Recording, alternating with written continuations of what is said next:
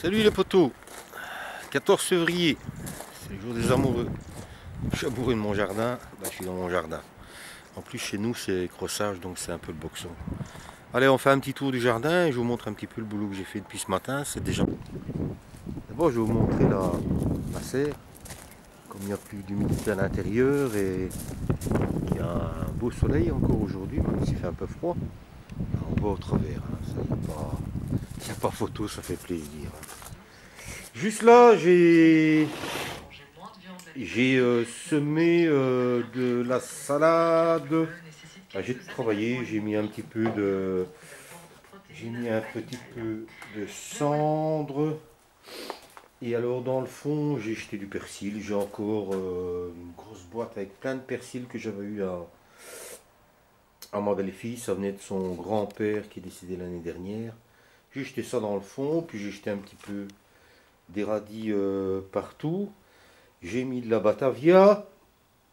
J'ai mis de la salade que j'avais aussi récupérée au pépé et qui avait très bien poussé l'année dernière. Et j'ai aussi mis un peu de roquette. J'adore la roquette dans la salade et voilà, j'en ai mis et advienne que pourra.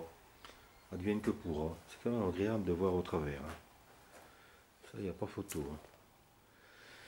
Et ici, voilà, il y a les fèves qui poussent. Je les ai pas, c'est pas grave. Ça sera apporté beaucoup d'azote. J'ai encore arrosé une bonne fois. Et puis, ça suit son cours. On verra tout ça. Alors, après-midi, j'ai un petit travail à faire là-bas. Et après, je reviens ici pour nettoyer le petit bout de jardin. En fait, j'ai sorti la grosse machine. J'espère que c'est la dernière année que je sors mon motoculteur. Parce que ce jardin-ci n'est pas en permaculture. Mais j'espère le faire en permaculture l'an prochain. Donc, c'est-à-dire que c'est couverture, feuilles, herbes, paille, foin, broyat, BRF, etc. Mais ça fait une semaine qu'il gèle bien. Le matin, c'est bien dur, la terre. Et comme le terrain était gorgé d'eau, honnêtement, donner un coup de motoculteur en temps normal, c'est-à-dire par une journée où vous commencez à 5 degrés ou vous montez à 10-15 degrés, c'est pas possible.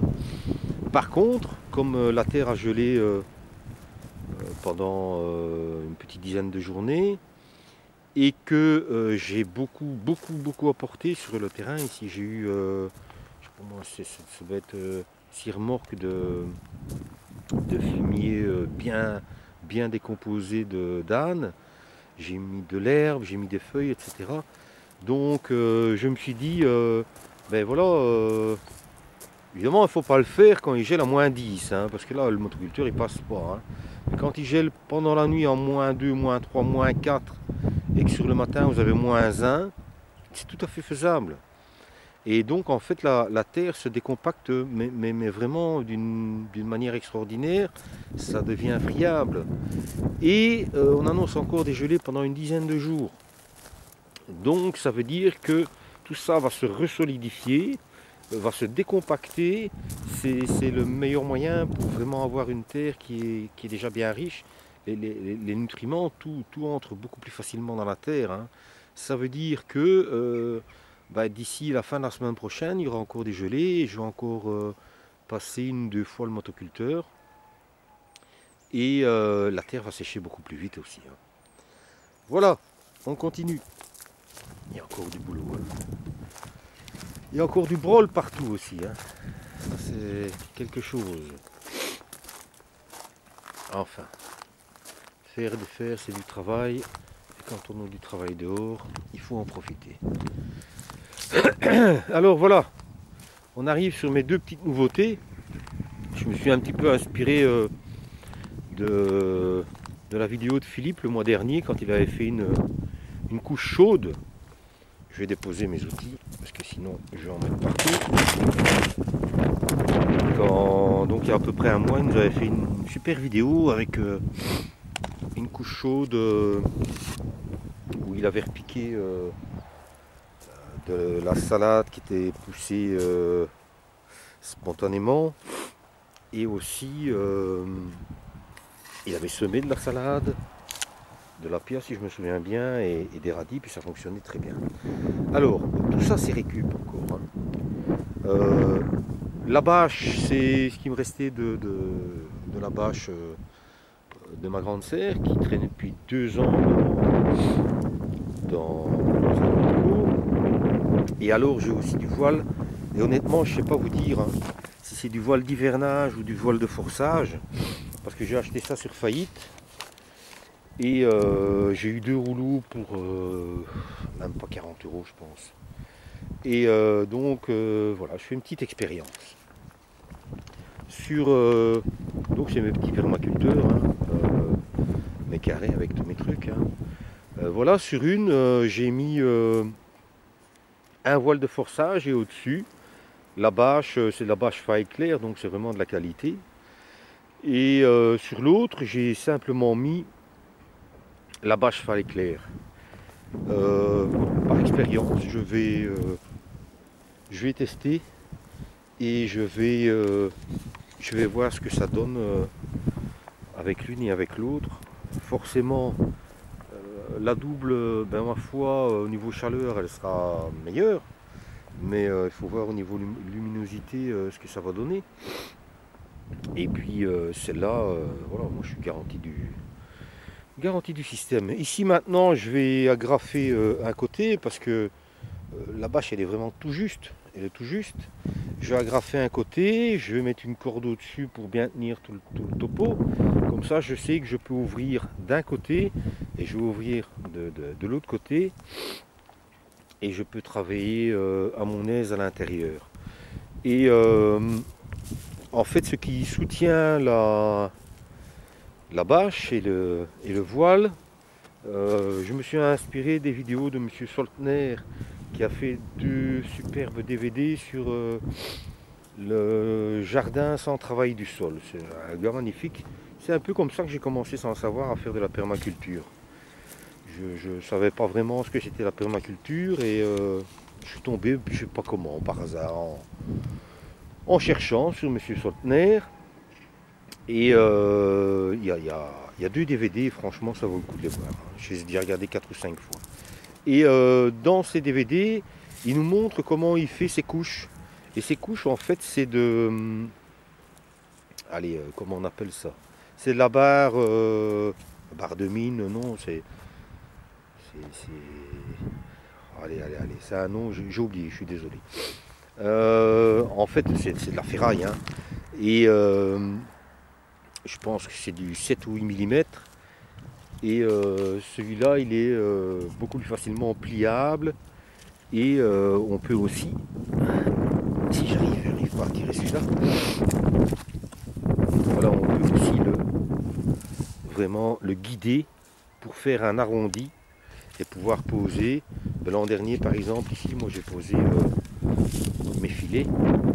Et cette année, ben, je m'en sers là-bas. Et puis, ça me fait déjà quand même une belle surface, mine de rien. Soit pour avancer des salades ou même faire des semis que je ne peux pas mettre en nurserie ou en serre ou que sais-je. Hein. Même faire des petits semis de carottes ou je sais pas. Je vais voir la température que ça nous donne. Bon, allez, on se voit peut-être tout à l'heure, mais pour le moment je vous laisse et je vais essayer de terminer ça parce que le vent... Travail terminé. J'ai renforcé un petit peu avec une corde au-dessus et des mousquetons là, une corde sur le côté. J'ai aussi mis quelques agrafes ici. Bon, c'est pas des grosses agrafes, mais voilà, ça devrait tenir. Le but du jeu, c'est que le vent ne s'engouffre pas par ici. Et alors pour moi travailler, ben, je peux soulever par ici jusque presque la moitié et travailler au fur et à mesure. Voilà, maintenant il n'y a plus qu'à faire des semis. Aujourd'hui c'est pas permis, c'est le nœud lunaire, donc on ne peut pas jardiner. J'essaie de respecter un petit peu ce que la lune me dit. Maintenant je reste un petit peu quand même terre à terre parce que forcément si même les horticulteurs ne pouvaient pas planter ou semer le jour où la lune est en nœud, ils n'auraient pas de travail, enfin ils ne pourraient pas travailler. Donc pour moi c'est une base. C'est une base qui fonctionne pas mal, mais voilà, c'est pas un fait établi, ferme et définitif. Mais en règle générale, quand je respecte la lune, enfin, ça fonctionne pas mal. Allez, on va aller travailler dans l'eau du jardin et puis on va voir comment on avance. C'est vraiment extraordinaire aujourd'hui. Un bon temps, bien sec, un beau soleil, un ciel bleu. Ça fait beaucoup de bien d'être dehors. 16h30, fin de journée, une bonne journée de travail au jardin, ça fait du bien. La température baisse vachement, mais vachement, même dans la serre, tantôt j'avais jusque 30 degrés. Ici il y a déjà plus que 14 degrés.